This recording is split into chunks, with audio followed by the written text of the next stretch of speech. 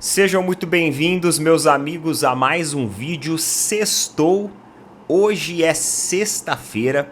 Estou gravando esse vídeo, inclusive, na madrugada da sexta-feira. Agora é quase 1 da manhã. Como vocês podem ver aqui, ó, tá escuro, tá de madrugada. E estou gravando esse horário logo após o término da partida entre Brasil e Colômbia, justamente porque eu vou ter um dia cheio.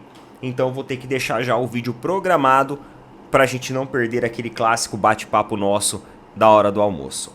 E nós temos algumas pautas interessantes aqui para trocar uma ideia. Vamos falar um pouquinho também de seleção brasileira. Então, meus amigos, não saia daí. Já deixa aquele like, coloca o seu comentário sobre os assuntos que vamos conversar aqui e vem com a gente. Roda a vinheta.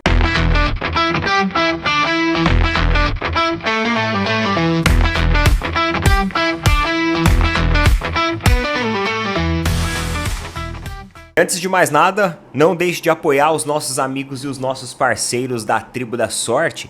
Tribo da Sorte, galera, não é casa de aposta esportiva. Tribo da Sorte é uma plataforma dos bolões dos jogos eletrônicos e oficiais da Caixa Econômica Federal. Tudo regulamentado, tudo regularizado, tudo certinho. Então você pode clicar no link que eu tô colocando fixado aí, ou também no QR Code que eu tô colocando aqui ao lado. Vai abrir um chat. Você manda lá pro pessoal, ó, gostaria do cupom do canal Opina Porco. Eles vão gerar um cupom para você. Esse cupom ele é único, é seu. E aí você vai poder utilizar na plataforma em qualquer um dos produtos que tiver lá. Mega Sena, Lotomania, Lotofácil. São bolões que têm o advento da inteligência artificial que vai melhorar a sua probabilidade de ganhos. E ó, não deixe de acessar lá, porque tem sorteios acumulados e você não pode deixar de fazer sua fezinha. Quem sabe você já não passa aí o final de semana milionário. Tribo da Sorte, agradeço todo mundo todos os dias, tamo junto. Vitória da seleção brasileira, uma vitória extremamente importante contra uma equipe forte também, que é a equipe da Colômbia, né? Uma equipe que tem ótimos jogadores, uma equipe que tem um repertório tático absurdo. Então realmente nós temos dois jogos muito interessantes, que é o da Colômbia, que já aconteceu ontem, e o próximo, que é contra a Argentina. O Brasil está na segunda colocação, pulou para a segunda colocação, então uma vitória importantíssima da seleção brasileira ontem, e uma atuação que os 10 primeiros minutos ela foi marcada por um ímpeto físico, domínio de bola absurdo da seleção brasileira, 1-2, triangulação, jogadas em profundidade, realmente tirando ali os espaços de atuação da Colômbia. O Brasil começou tão bem que inclusive tivemos um pênalti legítimo marcado ao nosso favor e posteriormente convertido. Brasil 1-0 na ilustração e no retrato do que parecia ser um jogo perfeito. Só que logo depois do gol, o time do Brasil ele foi perdendo um pouco da sua intensidade. E a Colômbia ela foi se reorganizando em campo. Conseguiu ajustar sua marcação no meio campo, conseguiu melhorar os espaços pelas pontas, conseguiu projetar algumas jogadas também interessantes. E na hora que o Gerson ele tem que ser substituído para a entrada do Joelinton, o Brasil ele perde a sua espinha dorsal da sua marcação. Parece que é um efeito dominó na marcação da seleção brasileira, porque toda a marcação da seleção brasileira começa a se perder. A marcação pelas pontas, a marcação no centro, o sistema defensivo começa a dar bobeira toda hora, com umas bolas assim, sabe, afobadas, uma saída de bola tenebrosa, horrível. O Brasil, sabe, deixando espaço para que a Colômbia pressione. Então, realmente, a equipe se desorganiza muito. Pô, é uma peça, né, do quebra-cabeça que tira ali e parece que se perde completamente. O Joelinton, ele não consegue reencaixar essa marcação. Os jogadores, o sistema do Brasil, ele não consegue encontrar novamente. E, mano, o Brasil começa a ficar na mão da Colômbia. E a Colômbia cada vez mais chegando com perigo, até que sai o gol da Colômbia e a Colômbia empata o jogo. No segundo tempo, o Brasil ele volta com correções. Isso até me surpreendeu, porque o Dorival ele conseguiu fazer o ajuste da marcação. No segundo tempo, o Brasil voltou com uma marcação melhor e, além disso, as substituições que ele foi fazendo, elas foram evoluindo taticamente a equipe. Consequentemente, a Colômbia, ela perdeu aquele espaço no meio-campo que ela tinha, e a Colômbia começou a depender muito de faltinhas, né? Era toda hora ali o Richard Rios fazendo uma faltinha para parar os jogadores da seleção brasileira. Eu acho que um dos grandes destaques da partida com certeza foi a entrada do Wesley. Fazia muito tempo que eu não vi um lateral direito de seleção brasileira atuando na profundidade da forma como ele atuou. Então entrou muito bem, em poucos minutos ele colocou fogo na partida, e isso fez com que o Brasil tivesse mais repertório, tanto pelo centro, tanto pela direita, tanto pela esquerda, até que em um momento do jogo aparece aquele que sempre deve aparecer, que é o Vinícius Júnior. O Vinícius Júnior, ele é um jogador grande demais para ser coadjuvante, ele tem que ser protagonista. E aí, finalmente ele aparece ali numa boa jogada individual com um bom chute, que desvia, né? Tem um leve desvio ali e faz o gol, colocando o Brasil à frente da Colômbia. Em uma partida que basicamente já estava dominada pelo Brasil. O Brasil era mais agudo, tinha mais ímpeto, tinha mais vontade, tinha mais controle de bola. Eu acho que a vitória da seleção brasileira, ela é muito, muito, muito merecida. Tem muito que evoluir? Tem muito que evoluir.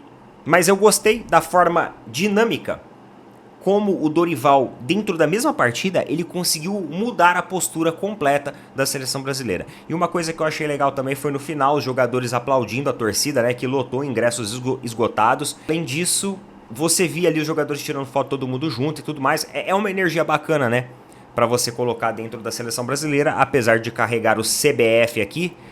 A gente sempre torce pelo Brasil, a gente sempre torce pelos jogadores que estão lá. Esperamos que essa evolução ela comece agora e não pare, né? E ela continue cada vez e cada vez mais. O próximo desafio contra a Argentina, mais um grande desafio, é a seleção atual campeã do mundo. Então vai ser um jogo muito interessante para a gente ver, colocar a régua de onde a gente está, o que precisa melhorar, quais ajustes precisam ser feitos. É óbvio que num jogo contra a Argentina, a responsabilidade ela aumenta, mas a gente vai estar torcendo para que o Brasil consiga uma boa atuação, até porque vai ser lá também, né? Então vai ser bom a gente ter o gostinho de ganhar dos argentinos lá no Monumental. Dito isso, vamos conversar aqui sobre outros assuntos, tá bom? Olha isso daqui, galera. O ex-presidente do Nacional do Uruguai, o Eduardo Aque, ele desceu a lenha na Leila Pereira. Ele criticou a postura da presidente do Palmeiras e fez até alguns insultos. Cara, eu acho que isso daqui é um insulto. Olha isso daqui que ele falou, tá? Que Leila Pereira não se faça de santa e pura com o tema do racismo. Porque o que acontece no Brasil e com os torcedores uruguaios quando vamos pra lá é 10 vezes pior. Menos, meu amigo, menos, tá? Menos. Olhe os noticiários antes de você falar besteira. Vamos lá. A única que não pode se preocupar com o racismo é a Leila. Muitos clubes hoje estão preocupados. O Nacional tem que ir 2 vezes jogar no Brasil, e o que a presidente do Palmeiras está dizendo gera e incita violência. Que isso? Eu a responsabilizo se algo acontecer com um torcedor do Nacional no Brasil. Quando eles, brasileiros, vêm aqui, são tratados como senhores, e quando vamos pra lá, eles nos espancam. Ah, por favor, cara. Por favor. Olha que declaração lamentável. E ele continua, tá? As besteiras, as groselhas dele continuam aqui, ó. Alejandro Domingues não usou a melhor metáfora, mas a única que não pode falar sobre o tema é a Leila Pereira. Conversamos sobre isso com o Domingues e sei que há um movimento de clubes, incluindo o Nacional. É preciso fazer o Brasil sentir que está passando dos limites. Se os brasileiros quiserem ir para a CONCACAF, que vão. Uma declaração lamentável aqui desse senhor, que é ex-presidente do Nacional do Uruguai. Vai lá aproveitar a sua aposentadoria, sabe? Vai viajar, vai curtir a vida, em vez de você ficar falando borracha, em vez de você ficar falando groselha aí pela internet afora. Caiu de paraquedas na discussão e tá querendo ter razão. Parece que você realmente não assiste os noticiários do que muitos e muitos torcedores estrangeiros fazem aqui. Não que os brasileiros sejam santos, mais uma vez eu pontuo isso. Mas por favor, né? E galera, olha, eu já dei uma cansada dessa história. Eu acho que vocês cansaram também. A gente já tá basicamente 3, 4 dias, eu acho, que falando sobre isso.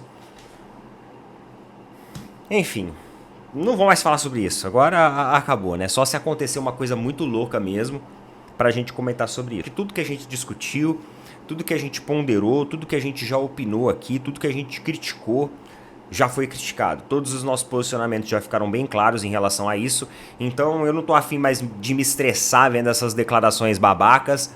E eu também não quero incomodar e estressar vocês com um assunto extremamente repetitivo em todo o vídeo, porque isso perde a dinâmica também e o ritmo natural. Agora, vamos falar sobre outros assuntos do futebol agora. O presidente do Flamengo, o BAP, ele tem batido na tecla dos direitos de transmissão, de que o Flamengo pode perder quase R$500 bilhão com esse contrato que foi assinado pela gestão anterior, mas que as cláusulas elas não são transparentes como deveriam. Além disso, elas tiram muito poder financeiro do Flamengo da forma como elas estão ali, né, redigidas. Então olha só o que ele falou, vamos lá. O efeito da audiência que foi aprovado na Libra, e aí ele deu um exemplo, né? O Flamengo joga com o Juventude. Com todo respeito ao Juventude, metade da audiência vai para o Flamengo e metade vai para o Juventude. Mas será que metade das pessoas que estão assistindo aquele jogo é por causa do Juventude? Eu não tenho a menor dúvida que não. Mas na hora que você faz esse cálculo, o que é 11% cai para 3,9%. Então esse efeito cumulativo ao longo de 5 anos vai gerar uma perda de potencial para o Flamengo.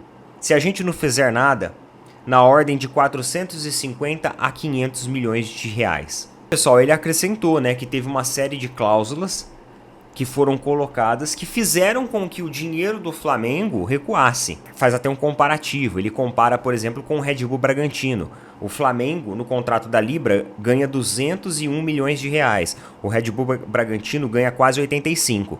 Aí ele fala assim, pô, um clube que tem 45 milhões de torcedores ganha 201. Um clube que não tem nem 500 mil torcedores ganha 85? A diferença, ela é muito pouco quando você compara, né, com o nível de audiência. É isso que ele quis dizer com esse exemplo. Então ele fez um longo discurso, fazendo toda a matemática da coisa, e o objetivo dele é desfazer esse negócio. Fazer um reacordo e tentar subir a régua desses valores que ele considera muito baixo visto o potencial que o clube tem hoje. Vale ressaltar que a Leila ela foi uma das grandes precursoras dessa questão dos direitos de transmissão.